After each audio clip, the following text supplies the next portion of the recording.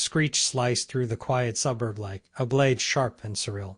It wasn't the sound of birds, not the clatter of dropped recycling bin, not the yapping of overbred lapdogs echoing off beige stucco. It was metallic, unholy. Like war machinery tearing into the soft belly of domestic peace, and it was coming from my front yard. That was the moment I saw her. Clipboard clenched like declaration of war. Phone camera rolling, voice trembling with righteous fury she believed to be patriotic, constitutional, and holy. Karen, suburban sentry, HOA vigilante, gatekeeper of garage door aesthetics, stood inches from the matte black bomb squad vehicle assigned to me by the state's emergency response unit. Her body trembled with excitement, like newscaster on the edge of breaking scandal, and she shouted into her phone, "This vehicle is terrorist threat. I am executing citizens tow for the safety of this entire block." The words hung in the air like bad gas. I was still chewing my first spoon of oatmeal when I heard the tow cable tighten. Half dressed in pajama pants and a Yodi technician t-shirt, I ran out onto the driveway barefoot, boots unlaced, heart thudding not from fear but from something colder. An old familiar kind of dread, the kind you get when someone starts poking around a device you haven't had time to disable yet. She didn't flinch when I yelled, didn't even turn her head. She was transfixed, drunk on her fantasy. I could see it in her eyes. This wasn't tow, it was sting operation. She thought she was saving the suburb. She didn't realize she was 5 seconds from triggering Class 3 lockdown protocol. Let me rewind. 3 weeks earlier, I had moved into what looked like the kind of neighborhood you'd see in cookie-cutter family movie. Nice lawns, wide driveways, kids on scooters, dads with weed trimmers and grudges. It was supposed to be quiet. I pick it for the school district. That's it. Not because I loved the hoe, not because I wanted to host block parties with color-coded name tags. Just because it was close to the emergency depot and my job required me to respond in under 7 minutes. I'm bomb tech. That truck she tried to tow, it's not prop. It's not cosplay. It's certified, armored, stay-tissue tactical vehicle wired with more sensors than a Tesla factory. I don't just park it there because I'm proud of it. I park it there because when something goes wrong, when someone somewhere opens suspicious package or reports car that ticks, it might be the only thing standing between mistake and creator. None of that mattered to Karen. I met her the day I dragged my trash bins to the curb. She materialized out of nowhere like an overgrown crow, her HOA badge, self-printed, swinging from her lanyard like it held federal weight. She narrowed her eyes at me like I was a glitch in her suburban matrix. "Sir, is that your vehicle?" she asked, pointing like it was war crime. I told her yes, calmly, and explained I was certified technician, state-employed, federally contracted. Her eyebrows twitched. "We'll see about that," she muttered before storming off like she had just caught me running meth lab out of lunchbox. The first notice came the next day. Red ink, passive-aggressive, swirls of cursive, taped to my mailbox with duct tape like it was sealing evidence. "Your vehicle violates aesthetic harmony and causes fear in minor children." Oh, bylaw section 7.14. I checked. It didn't exist. I checked again. Still nothing. Karen, however, treated her imaginary bylaw like the Magna Carta. Every other day, she escalated. Complaints about the tires, the decals, the suspicious antenna. "My truck," she said, radiated anxiety. My teammates at the unit thought it was hilarious. We started folder called Karen versus Logic. Volume I. But it stopped being funny the day she called the tow truck. I'd shown her my badge. I'd shown her the mayor's letter, the citywide clearance, even the Homeland Security seal. She didn't care. To her, every document was forgery, every credential trick. And that morning, as the tow truck tightened the cable around, my government-assigned vehicle, it happened, the system engaged. Cold robotic voice boomed from within the truck. System lock. Potential explosive threat detected. Evacuate perimeter. Karen shriek. Lights flared red. Sirens activated. The windshield flashed warning in all caps. Live ordnance. Neighbor ducked behind recycling bin. Child screamed and ran for the garage. And Karen just stood there, frozen in tableau of triumphant delusion, realizing too late that the thing she'd poked might just bite. And that's the part that gets me. Not that she hated the truck. Not that I thought I was fake, but that she believed so fully in her right to define reality. That she would rather believe the government was running a psyop through her neighbor's driveway than accept the idea that she was wrong. Her world was hobalos and parking citations. Logic was optional. Authority was costume.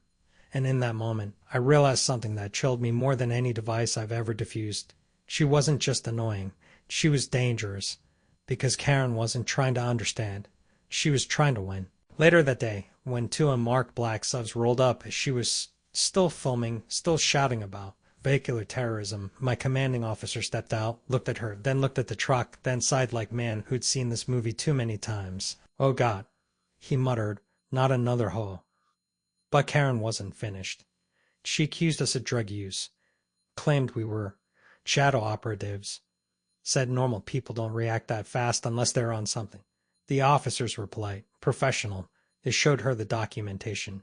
She called it fake news. She called me PSI agent. She said I was infiltrating the community using blinking lights and canine psychological warfare. I hadn't even told her I had a dog yet, but the moment that stuck with me wasn't the screaming or the sirens or the federal IDs. It was what happened right after, when the police left and the tow truck driver, now pale, shaking, definitely not returning, whispered, "What the hell was that?" And I told him I was suburbia with God complex. Oh, he laughed, but it wasn't funny. Karen didn't know it, but when she hooked that cable to my truck, she did more than trigger lockdown. She pulled the pin on something far bigger. She thought she was pushing back against chaos, but all she did was wake it up. And this story, it doesn't end with her screaming. It starts there, because in the weeks that followed, Karen wouldn't calm down. She'd escalate. She'd rally. She'd go to war. And I'd do what I've always done. I'd wait. I'd document. I'd prepare. Because some bombs don't tick, they simmer. And some wars don't start in desserts. They start with clipboard, camera, and one woman's belief that the rules don't apply to her. She didn't flinch when they handed her the official documents, didn't blink as two federal agents calmly explained that she had, in fact, attempted to tamper with classified emergency vehicle in residential zone. To Karen, the truth was just another opinion, and hers had more flags. After the tow truck fiasco, I expected her to back down. Maybe quiet disappearance, terse apologies scrawled on Bastel HOA stationery. I was wrong. The next morning, she doubled down. She was outside at sunrise, wearing a neon vest that said Civic Observer in bold, self-applied lettering. She waved at joggers like she was directing traffic for a marathon that didn't exist. By noon, sheepos de-printed out flyers warning of rogue governmental infrastructure and posted them on neighborhood lampposts. One was taped to my mailbox, another stapled to tree. Each had diagram of my truck, poorly drawn in ballpoint pen, annotated with arrows and accusations like energy disruptor coil and mind wave amplifier. Possible. It would have been hilarious if it weren't so methodical. She wasn't just guessing. She was building case, or at least what she thought was one. A few days later, during what I assumed would be normal HOA meeting about sidewalk cracks and hedge height compliance, she arrived with binder. Massive, overstuffed, color-coded monstrosity labeled Operation Residential Integrity. She stood up, cleared her throat like courtroom prosecutor, and began reciting list of concerns regarding the militarization of neighborhood aesthetics. I wish I were exaggerating. She spoke of psychological trauma inflicted by hazard stripes. Claimed children were having nightmares about armored bumpers. One board member asked if she had any data to support this. She opened her binder, pulled out a single sheet of paper, and pointed triumphantly to a quote allegedly from Dr. Stanley Homeworth, HOA ethics expert. Quick Google search confirmed Dr. Homeworth did not exist outside a Pinterest quote board. When I stood to speak, I kept it simple.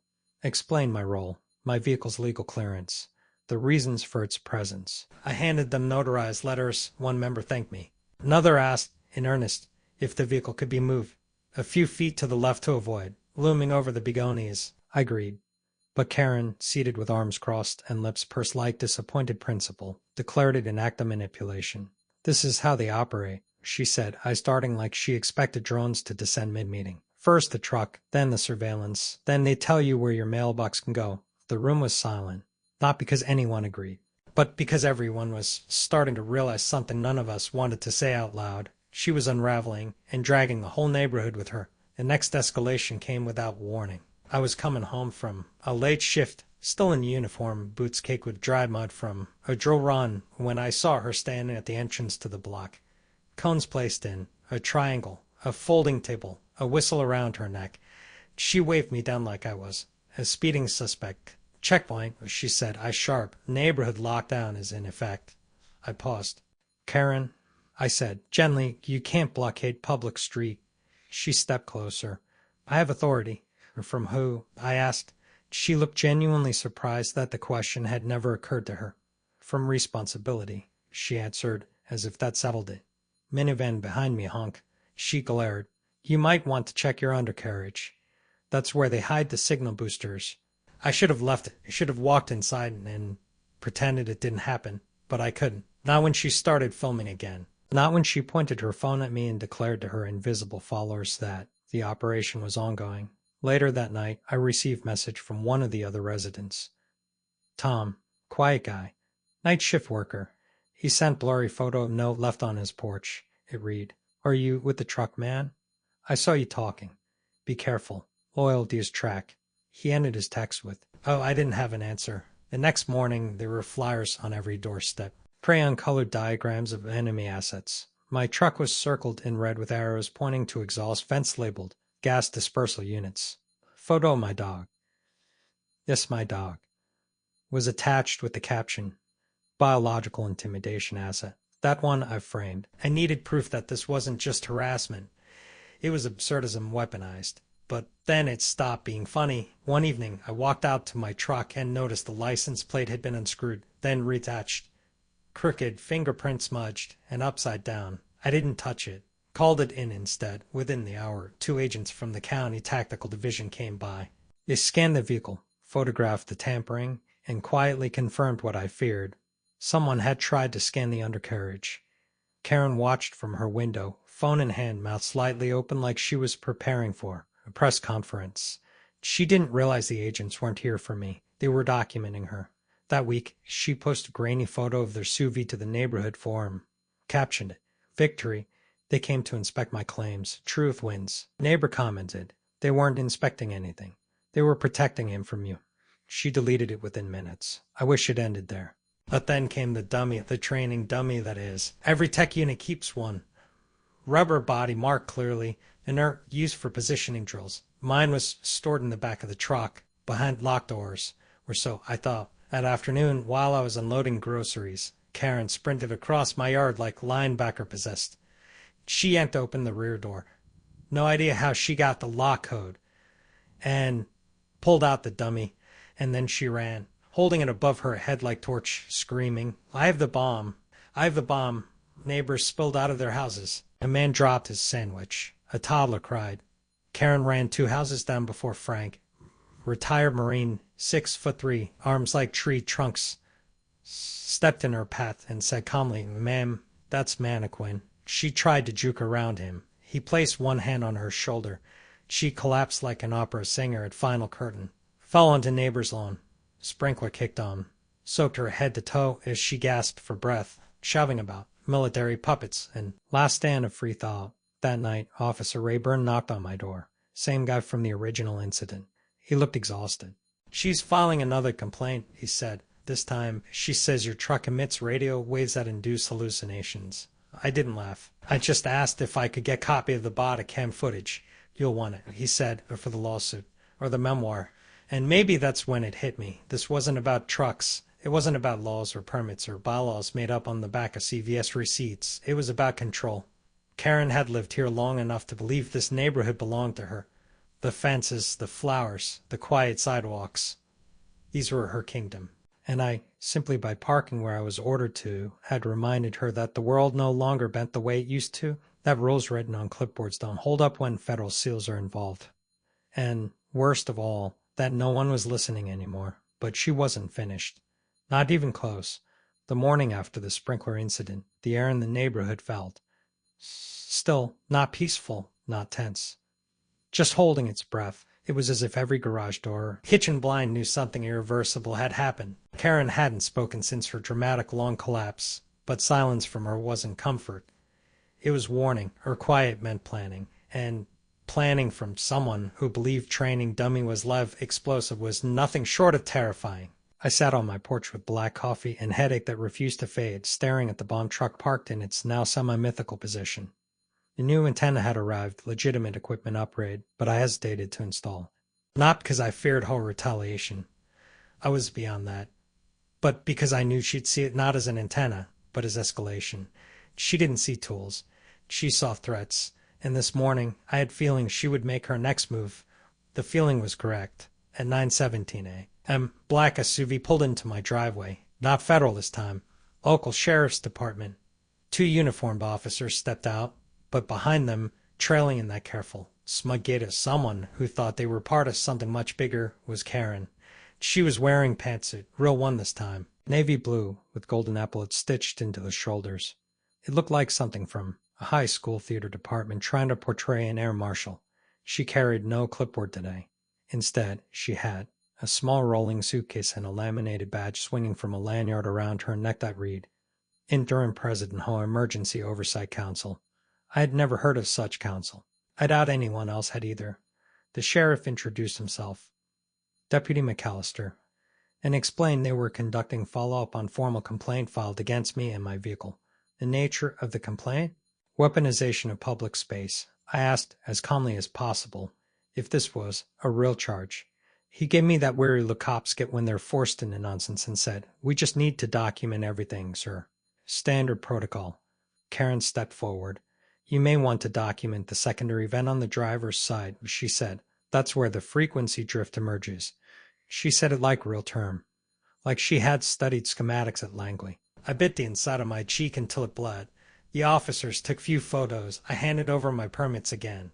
It nodded, clearly aware this was theater. Then Deputy McAllister leaned in and whispered, "We've been getting calls from this one about everything from garage lights to suspicious squirrels. We're just ticking boxes here." But it didn't stop there. That afternoon, Karen held meeting.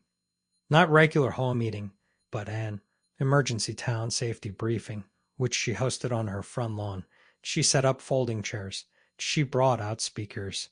She printed handouts with what she called strategic relocation zones in case of which she labeled a domestic ordinance breach. No one came. Well, 2 people showed up, Ister and Mrs. Daniels from the end of the cul-de-sac, who mostly just wanted to know if the local grocery store had restocked the good pickles.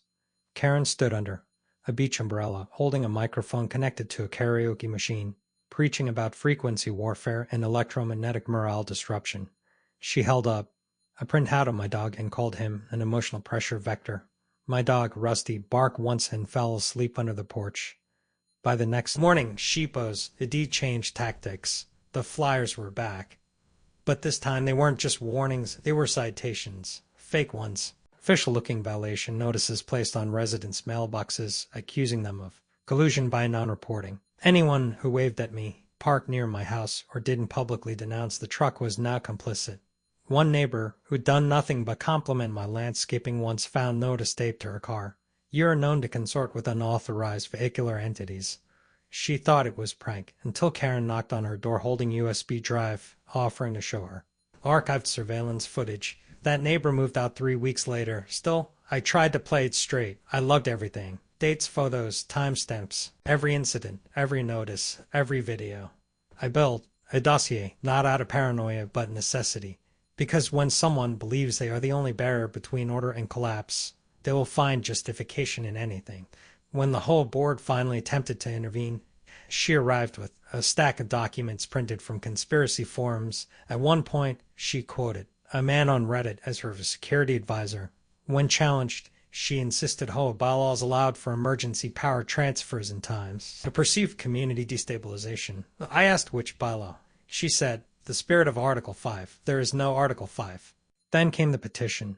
Karen went door to door collecting signatures for a new regulation, the Clear Sky Visibility Act, which required all vehicles with roof-mounted devices to be hidden from public view. The petition was printed on parchment-style paper in calligraphy font and featured watermark of an eagle holding garden rake. She claimed 27 residents signed. She showed me the signatures. 4 were real. The rest were first names, identical handwriting. One was clearly Dogg's paw print. I confronted her about it. She called it the symbolic participation. It escalated again when I received an email from the state emergency office. Someone had submitted whistleblower complaint alleging that I was harboring live explosives in residential area without oversight. The language was coded bureaucratic, but the intent was clear. They had to investigate. I wasn't angry. I was cold. I knew it was her.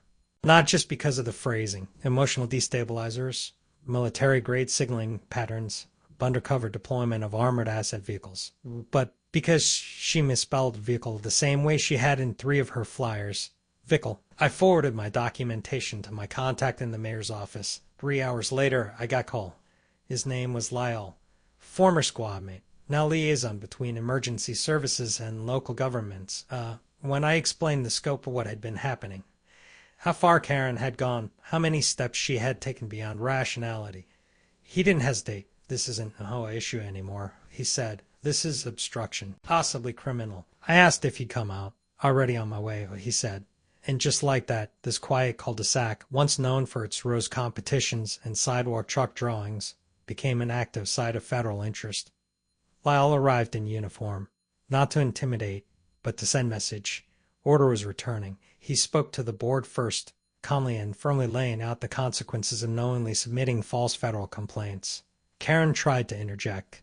Shut her down with a single glance. It wasn't aggressive. It was surgical. "Ma'am," he said, "we're here to clarify protocol, not entertain theories." She fumed. Her cheeks flushed. She demanded to see his credentials in triplicate. He handed her single laminated card. "You'll have to trust the government for the other two," he said. Later that evening, she posted on the community forum that she had fought off federal incursion with only her voice and her vision. No one responded. The silence online matched the silence outside. Her lawn meetings ceased. Her flyers thinned. The neighborhood, well, hostage to her spirals, began to breathe again. But I didn't let my guard down, because I knew Karen. This wasn't over. Her pride was not built to absorb silence.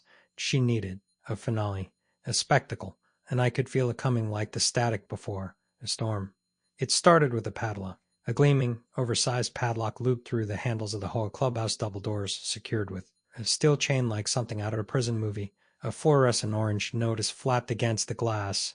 It bore the city seal and an all-caps header that read, "Temporary Municipal Intervention. Due to governance malpractice." I stared at it for a full minute, not because I was surprised, but because of how inevitable it had begun to feel. Karen had pushed the system so hard, bent reality until it resembled a parody, and now even the city had to step in. The HOA had been gutted from the inside. Half the board resigned. The clubhouse converted into Karen's personal war room.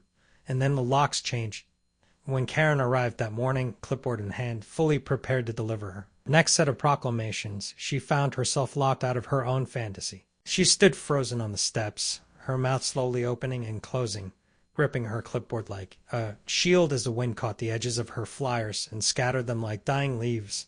She didn't speak, not at first, and for a brief moment the street stood still again, until the HOA's returning vice president, Miriam, retired teacher who baked apology pies as hobby, walked past her with coffee and said, "Guess you shouldn't have tried to arrest bomb tech."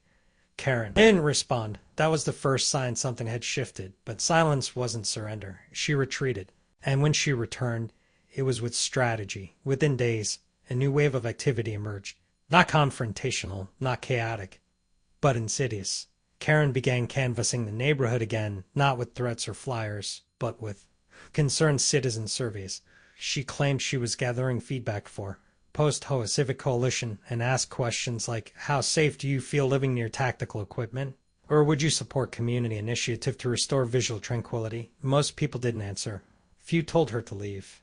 One elderly neighbor, sweet and perpetually confused, to accidentally signed her form thinking it was a petition to extend dog park hours. Karen counted it as full endorsement. Then came the lawn signs. They weren't big, not like campaign signs, just small, handmade stakes with vague, unnerving slogans. "Proximity is compliance," or "Don't park fear on our street." One had crudely drawn out with the caption, "The Watchers Watch Too." I collected every one planted near my property and stored them in cardboard box labeled psychological debris. By then, the city had approved my petition. My block was officially reclassified as an emergency response access zone. That meant clearances. It meant no HOA restrictions could apply to my vehicle. It meant Karen's clipboard had lost the last of its imaginary teeth. The sign went up that weekend. Standard yellow traffic sign with municipal branding, planted right in front of my driveway. Emergency access unauthorized interference subject to penalty. It was beautiful. It was final. It was gasoline. Because Karen, seeing that sign, launched into what would become her most unhinged public display yet. She ran outside in house slippers and an apron covered in glitter paint. She brought gardening shears, and for 20 minutes, in full view of every ring camera on the street, tried to cut the metal post down with increasingly frantic jabs. When that failed, she sat down beside it and began to sob. Loud, theatrical, deliberate sobs that seemed less like grief and more like performance. Neighbor's dog licked her hand. She screamed and accused it of being state trained. The video of that meltdown made the rounds by evening. It was uploaded to the HOA Insanity TikTok account under the caption, Karen versus the Post Round 3. Views climbed past 500,000. But the real twist didn't come until 2 days later when process server arrived. Not dramatic scene. Just man in khakis with clipboard and pleasant tone. He walked up to Karen's door, confirmed her name, and handed over thick envelope. She opened it right there on the porch. Inside was restraining order. Not from me, but from a group of residents who had quietly pulled resources after the dummy incident and the checkpoint stunt. It cited harassment, public endangerment, and abuse of her position. It barred her from initiating any community oversight activities, limited her online speech within defamation guidelines, and prohibited her from approaching within 20 feet of my property. That last one made her visibly twitch. She looked up from the document and scanned the street like she was expecting applause or protest. She got neither, but the restraining order didn't break her. It morphed her. Karen began appearing in increasingly bizarre attire. Long trench coats, wide brimmed hats, sunglasses big enough to cover half her face. She paced the sidewalk like noir detective, notebook in hand, scribbling furiously every time neighbor's garage opened or delivery truck idled too long. She claimed she was documenting potential insurgents' patterns. She gave nicknames to every parked car. Mine was a note. Miriam's was the decoy. Local teenagers beat up. Honda Civic became the mole. Nobody confronted her directly. By now, most of the neighborhood had learned the Karen protocol. Observe, record, don't engage. Despite her surveillance cosplay, the tide was no longer in her favor. More and more residents began quietly thanking me. One left a pie on my porch with a note that said, "You stood your ground. Thank you for keeping ours." Another offered to mow my lawn for free, a civilian salute. The odd thing was I hadn't done anything dramatic. I hadn't argued. I hadn't retaliated. I had simply parked, documented, waited. And maybe that's what unnerved Karen the most, that I hadn't played her game, that her theatrics had echoed against wall of steady silence, that I had let her scream into her own vacuum. Then came the final push. Unbeknownst to Karen, the city had begun investigating the HOA as a whole, sparked not just by her antics, but by complaints from within. They found misused funds, forged meeting notes, irregular use of HOA resources. Karen had used the community printer to publish over 600 flyers accusing me of burial mine targeting, billed it as community safety literature, and left receipt for ink cartridges labeled containment prep. The city took control of the HOA's assets pending review. The clubhouse remained locked. The budget was frozen. Karen was suspended from all civic activity under a citywide cautionary designation. She was, in effect, politically exiled from her own empire. She didn't take it well. Her final act came on Sunday. The street was calm. My neighbors had gathered around my driveway for small cookout. Nothing formal, just ribs, folding chairs, laughter. Someone brought balloons. Kids played cornhole near the truck, now decorated with red, white, blue bunting. It wasn't celebration of me, it was reclaiming of normal. And then she appeared down the block, dressed like a budget spy. Black coat, sunglasses, scarf fluttering dramatically behind her despite the still air. She walked slowly, deliberately, until someone shouted, "Is that Karen dressed like she's in the Matrix?" Everyone laughed, even the kids, but the laughter wasn't cruel. It was cathartic. We had been held hostage by her narrative for months. This moment was the epilogue. Karen stopped at the edge of the lawn. Her eyes darted to the truck, to the grill, to the crowd. She opened her mouth and closed it, then opened it again and said, loud enough to be heard, "You're violating federal grilling ordinances." That was when Sheriff Dalton arrived. No uniform, just clean polo, aviator sunglasses, and smile that had quelled riots. He stepped up beside me, nodded to the crowd, and said, "I figured I'd better inspect the BBQ setup personally." Karen froze. She recognized him, maybe not by name, but by presence, by how the crowd shifted.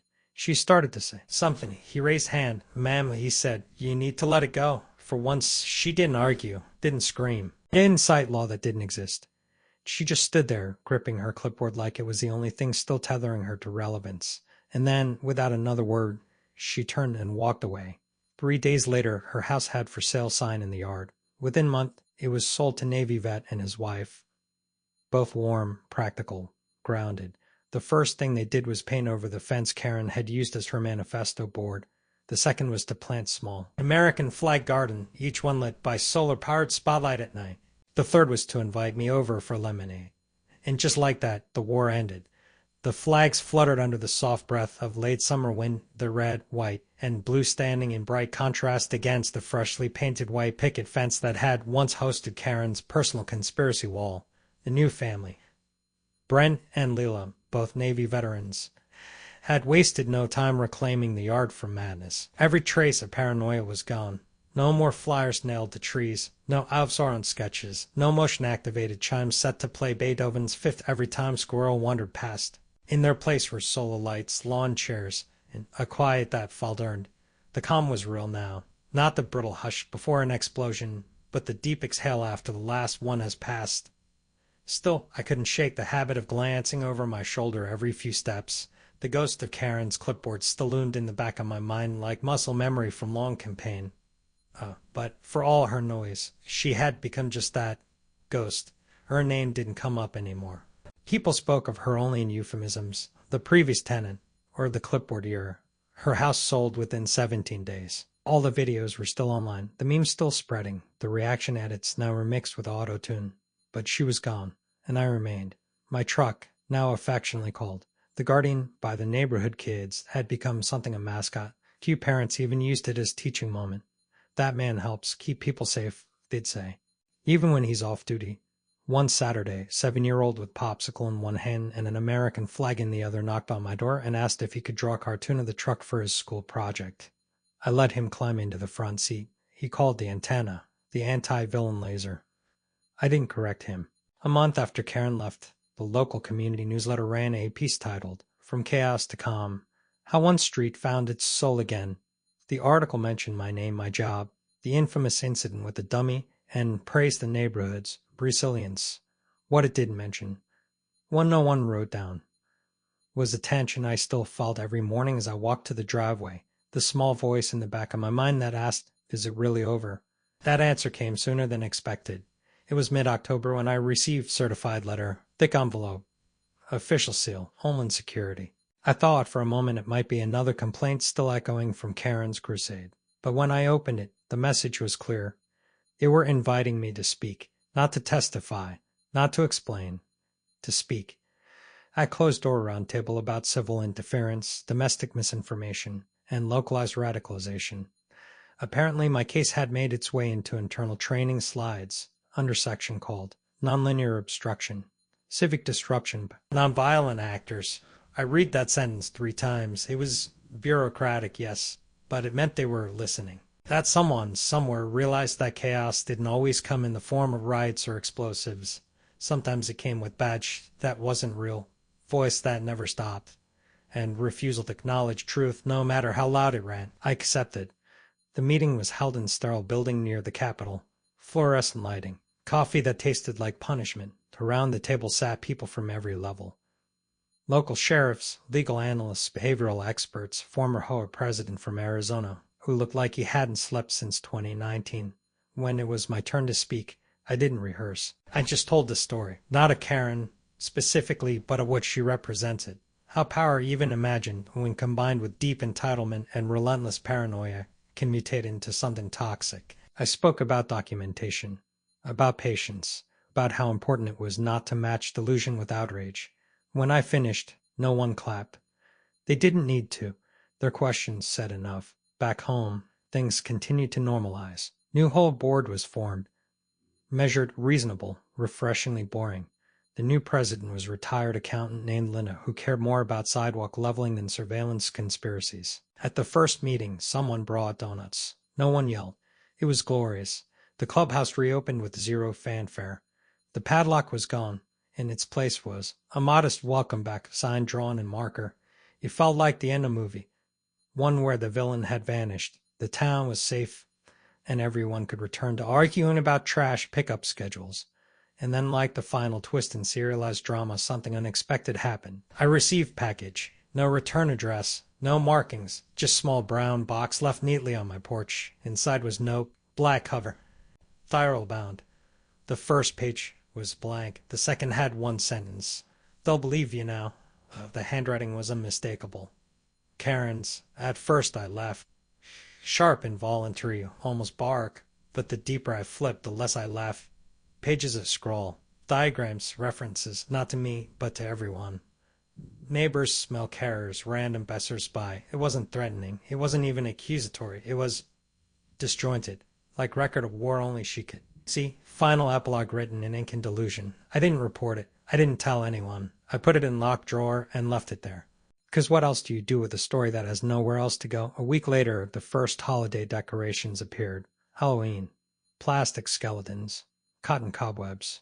Someone put a giant inflatable zombie next to my mailbox. I didn't mind. Rusty barked at it every night until he got used to it. On Halloween evening, I left out candy and laminated photo of the truck with the caption, "Bomb Squad treats, not tricks." It was dumb. It was perfect. The kids loved it. One even came dressed as me. Black jumpsuit badge made from aluminum foil, tow walkie-talkie taped to shoebox backpack. His mom apologized profusely. I gave him full-size candy bar and told her that's the best compliment I've had all year. Then November rolled in. Cool winds, shorter days, quieter evenings, and for the first time in months, I felt at ease standing in my driveway. No clipboard, no cones, no accusations, just the sound of distant laughter and the smell of fire pits. The truck still sat in its designated spot, unmoved, untouched, untouchable. I had thought once that its presence marked the beginning of conflict, but now it felt more like an anchor, a reminder that even in the strangest battles, there are constants, duty, truth, and the quiet power of standing firm. On the last Sunday of the month, I hosted a barbecue. Again, this time it wasn't statement. It was tradition. People came with folding chairs and stories. The new family brought lemonade. Miriam brought pies. Someone brought homing. Cake with the words, "Thanks for not blowing up," are written in frosting. I didn't make speech. I just raised my glass and nodded. The applause was light, warm, real, and as the sun dipped below the rooftops, I stood beside my truck with Rusty by my side, watching kids toss beanbags and chase each other through fallen leaves. One of the newer neighbors walked up and said, "It's weird. I can't imagine this block without that truck now." I smiled. Neither can I. Because some vehicles don't just transport. They transform. And some wars, once ended, leave behind not ruins, but roots. Sometimes the loudest justice is silence. Sometimes the best revenge is a quiet street, a loyal dog, and the knowledge that you didn't have to destroy anything to win. You just had to endure.